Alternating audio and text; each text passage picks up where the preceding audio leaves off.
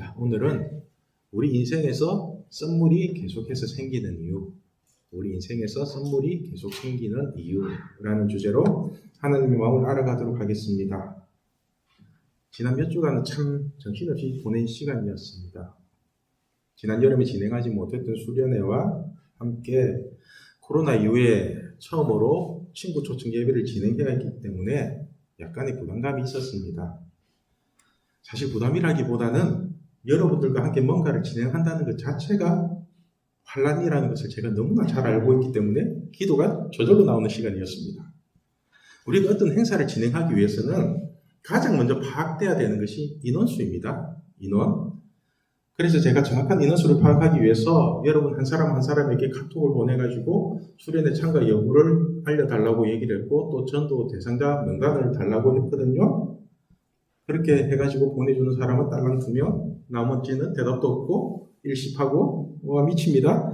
심지어는 가기 전날까지 명단을 달라고 해도 주지도 않고 또 우리 고3들 그날은 공부해서 못 가요 이러다가 아무도 안 오겠다고 하다가 막판에 다 와가지고는 경주월드에서 자기들이 제일 잘 놀았다고 자랑이나 하고 있고 환란이죠, 환란. 그렇죠. 예수님이 재림하는 말세에도 이런 환란은 없습니다. 이렇게 인원 파악도 되지 않는 상황에서 저는 겁도 없이 35인승 버스를 예약하고 목사님께는 학생 25명에 교사 5명, 합의 30명 정도는 간다고 보고를 드리고 그렇게 예산을 편성을 했습니다. 그런데 첫날에 참가 인원을 파악해보니까 21명 정도밖에 되지 않았어요. 학생 12명에 초청 친구 4명, 그리고 교사 5명. 이 정도 인원이면 35인승 버스가 필요한 게 아니라 우리 교회 차에다가 15인승 봉고 하나 렌탈하면 되거든요. 그죠? 그러면 25명은 충분히 갈 수 있잖아요. 그래서 제가 이제 이거 판을 다시 짜야 되나 하면서 기도를 하는데 자꾸만 40명 이상은 갈 것 같아요. 많게는 50명도 넘을 것 같고. 여러분 이럴 때는 어떻게 해야 돼요? 이럴 때는 느낌은 40명 이상인데 눈에 보이는 거는 한 20명 남짓, 그리고 남은 기간 한 10일 정도. 그 중에서 가장 큰 문제는 전도할 친구들 명단을 그렇게 보내달라고 해도 들으지도 하지 않는 여러분들. 그죠? 그렇다고 그 친구들이 확실히 온다는 보장도 없고. 이럴 때는 어떻게 해야 될까요? 그래서 곰곰이 고민을 하다가 혹시라도 잘못되면은 제가 문책받을 각오를 하고 그냥 진행을 했습니다. 뭐 어쩌겠어요. 뭐 이러나 저러나 답이 없을 때는 그냥 하나님 믿고 사고 한번 치는 거거든요. 그죠? 그런데 이렇게 문책받을 각오를 하고 진행을 하는데 여러분들이 답이 너무 잘 되는 거예요. 놀라워요. 그 순간적인 이게 임원들 모이자고 하니까 다들 와서 돕겠다고 하고 또 영하랑 뭐 지훈이 하고 다른 몇몇 친구들은 주중에 일부러 나와가지고 교회 중고등부실 청소하겠다고 하고 하여튼 생각지도 않았던 일들이 벌어지더라고요. 사실은 제가 원했던 게 이런 거거든요. 사실은 저는 새 친구들이 많이 오는 것도 좋은데 큰 친구들인 여러분들이 하나가 되는 게 더 좋아요. 진짜 큰 친구가 좋아요. 오래될수록 좋잖아요. 그래서 여러분들이 먼저 친하게 지내고 잘 노는 게 제일 보기 좋아요.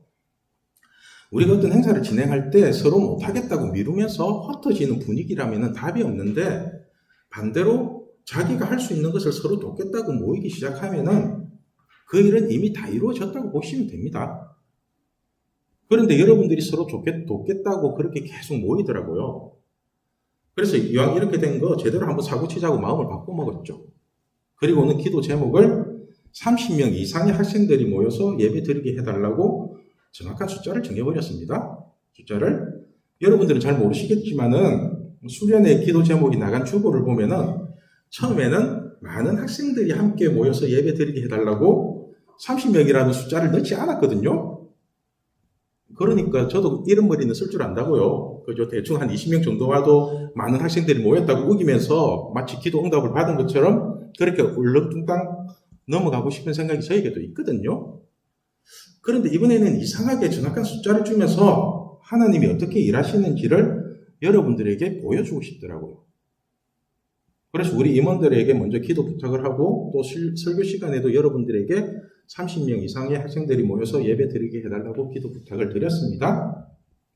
여러분, 지난주에 우리가 몇 명이 예배 드린 줄 아십니까? 학생들 몇 명이?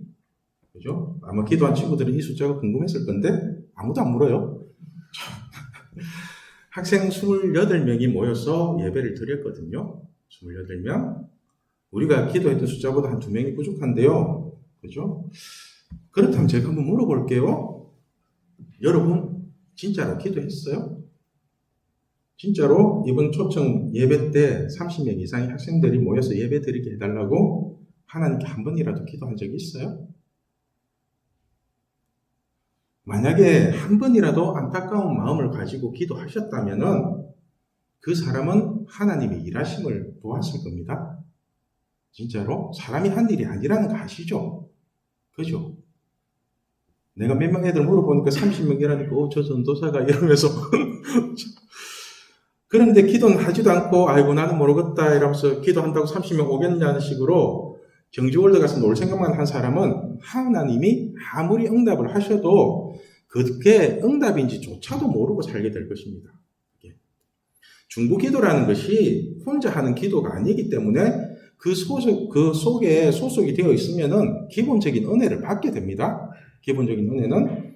그런데 이런 은혜도 한두 번이지 결국은 자신이 기도하지 않으면은 아무런 은혜도 받지 못하게 된다는 것입니다. 여러분들이 생각하기에 하나님이 일을 안 하시고 응답을 안 하시는 것 같아요? 아니면은 여러분들이 기도를 안 하는 것 같아요? 어떤 것 같아요? 사실 오늘 본문의 내용이 이런 내용입니다. 오늘 본문이. 하나님은 항상 쉬지도 않고 일을 하시거든요. 그래서 어떨 때는 기적적으로 일을 하시기도 하고 우리를 그렇게 도와주시는데 그런데 우리는 문제가 생기면은 기도할 생각은 하지 않고 무조건 원망부터 합니다. 원망부터. 오늘 본문의 내용을 간단하게 살펴보면은 홍해 바다를 하나님의 기적으로 건너게 된 이스라엘 백성들이 너무 기뻐가지고 하나님을 찬양하는 내용이 15장 1절에서 21절까지의 말씀입니다.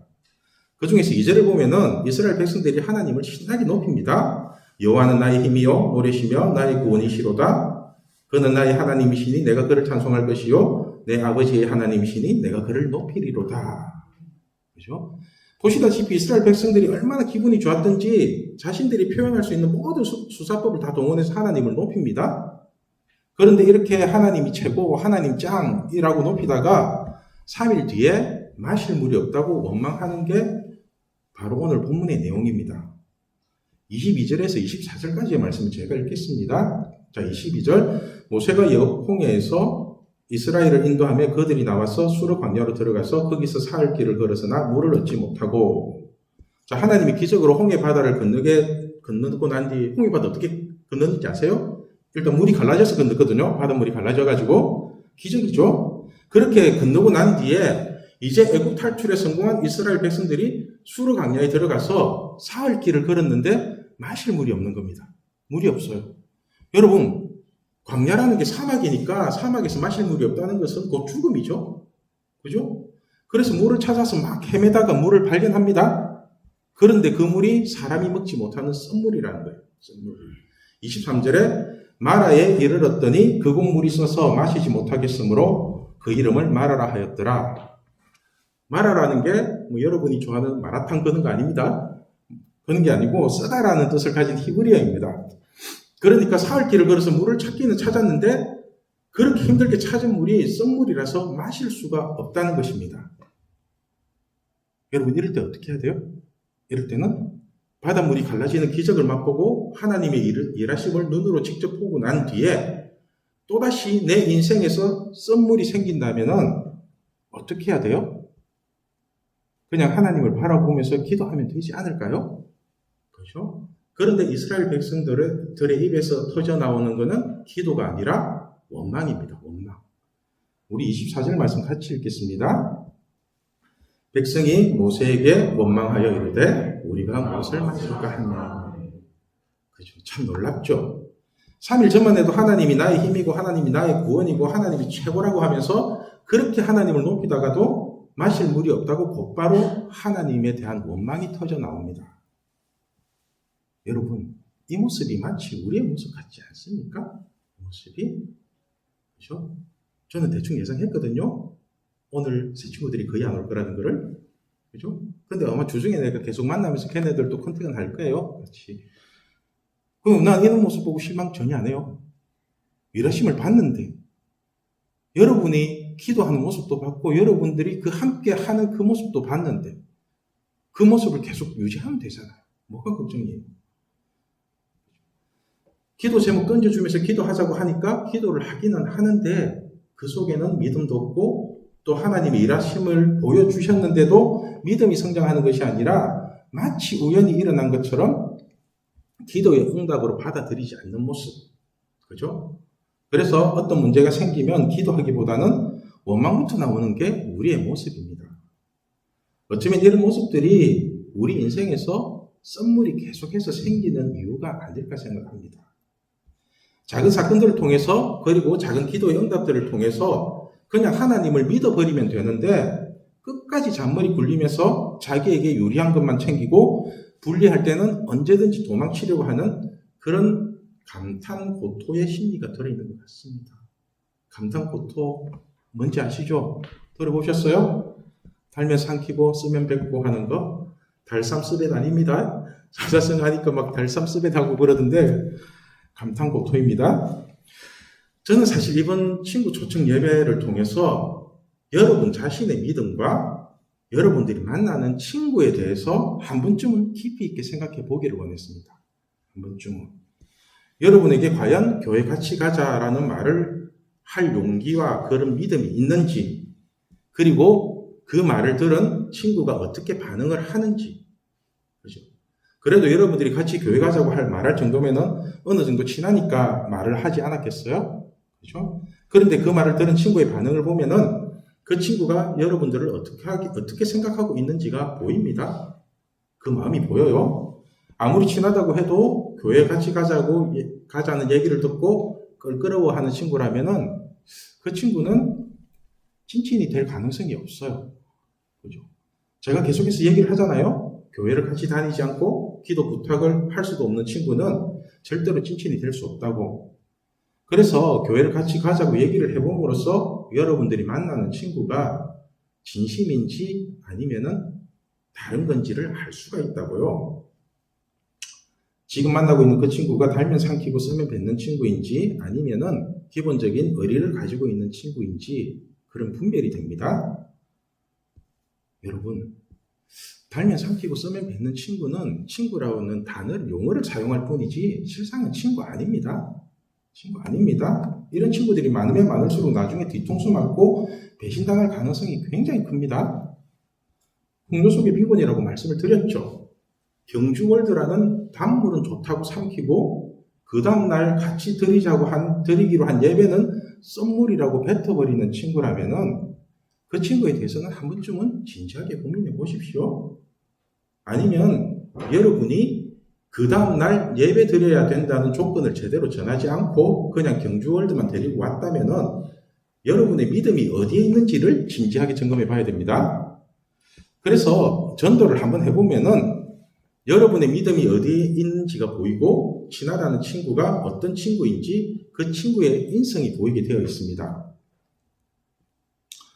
여러분, 하나님은 우리에게 단물도 주시지만은 선물도 주십니다. 선물도. 그런데 어리석은 사람들은 그 단물만 빨아먹고 선물은 마실 생각도 하지 않고 바로 거부해버립니다.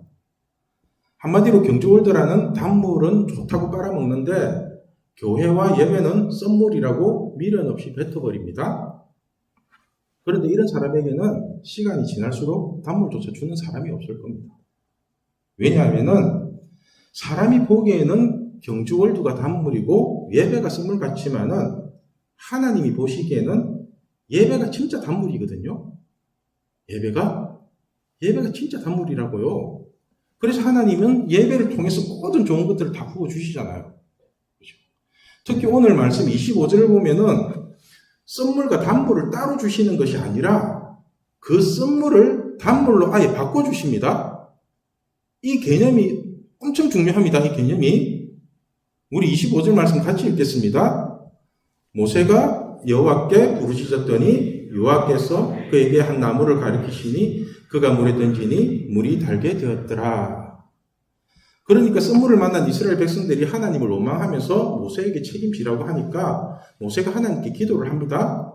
그래서 하나님이 한 나무를 가리키면서 그 나무 토막을 선물에 던지라는 겁니다. 인간적인 논리로는 말 같지도 않은 소리죠. 그죠? 선물에 나무 토막 하나 던진다고 뭔 일이 일어나겠어요? 그런데 하나님의 말씀대로 나무 토막을 던졌더니 사람이 마실 수 없는 그 선물이 나의 생명을 지켜주는 단물이 되었다는 겁니다.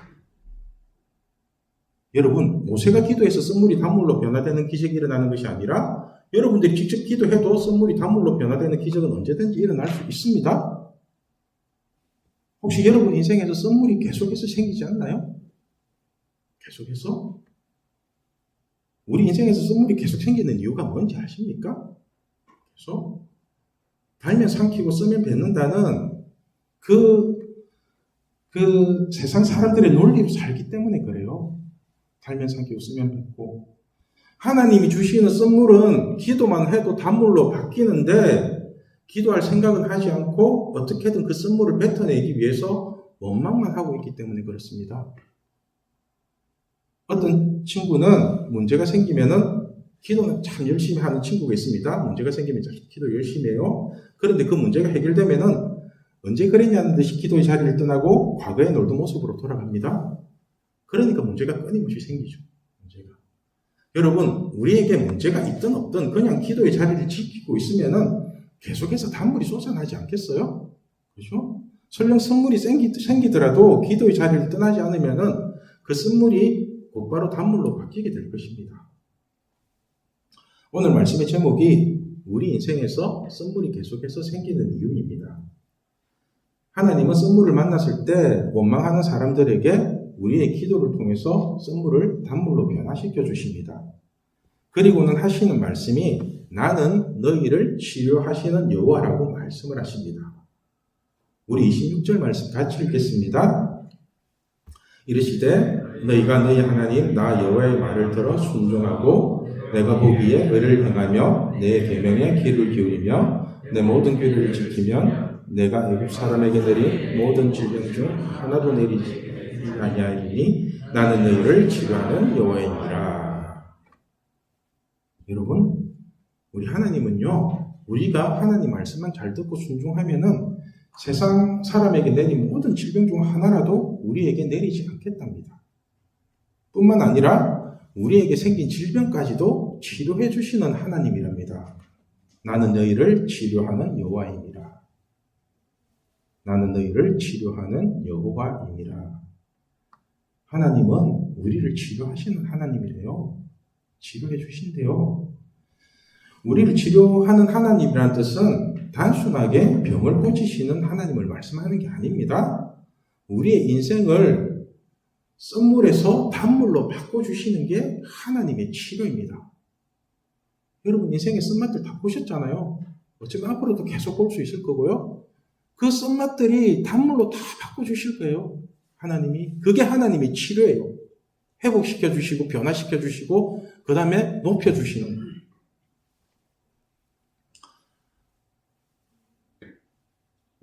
우리가 달면 삼키고 쓰면 뱉어버리는 인생이라면은 하나님도 우리를 치료하실 수가 없게 됩니다. 아시겠죠? 그러므로 우리 머리로 이해되지 않고 우리의 경험으로는 절대로 해결되지 않는 일들이 하나님의 말씀을 믿고 기도하면은 선물이 단물로 변화되는 기적을 체험하게 될 것입니다. 반대로 달면 삼키고 쓰면 뱉는 그런 비겁한 인생을 사는 사람에게는 끊임없이 선물만 생기게 될 것입니다. 여러분, 기도가 선물 같고 전도가 선물 같고 또 이렇게 아침에 나와서 예배 드리는 이 예배조차도 선물같이 느껴지시죠? 그런데 이런 선물을 통해서 여러분의 인생이 단물로 바뀔 겁니다. 단물로. 그러니까 달면 삼키고 쓰면 뱉는 그런 인생 살지 마십시오. 그렇게 살면은 단 것을 주는 사람조차 없어지게 될 겁니다. 그리고 하나님이 주시는 선물은 우리의 믿음을 치료해 주시기 위한 하나님의 과정입니다. 이런 선물을 통해서 여러분의 믿음이 어디에 있는지를 한번 점검해 보십시오. 하나님을 원망하고 있는지, 하나님께 기도하고 있는지. 하나님 주시는 선물은 반드시 단물로 변화될 것입니다.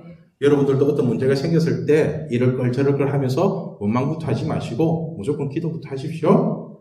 그럼 여러분 앞날에 일어나는 어떤 선물들도 생명을 살리는 단물로 변화될 것입니다. 기도하겠습니다.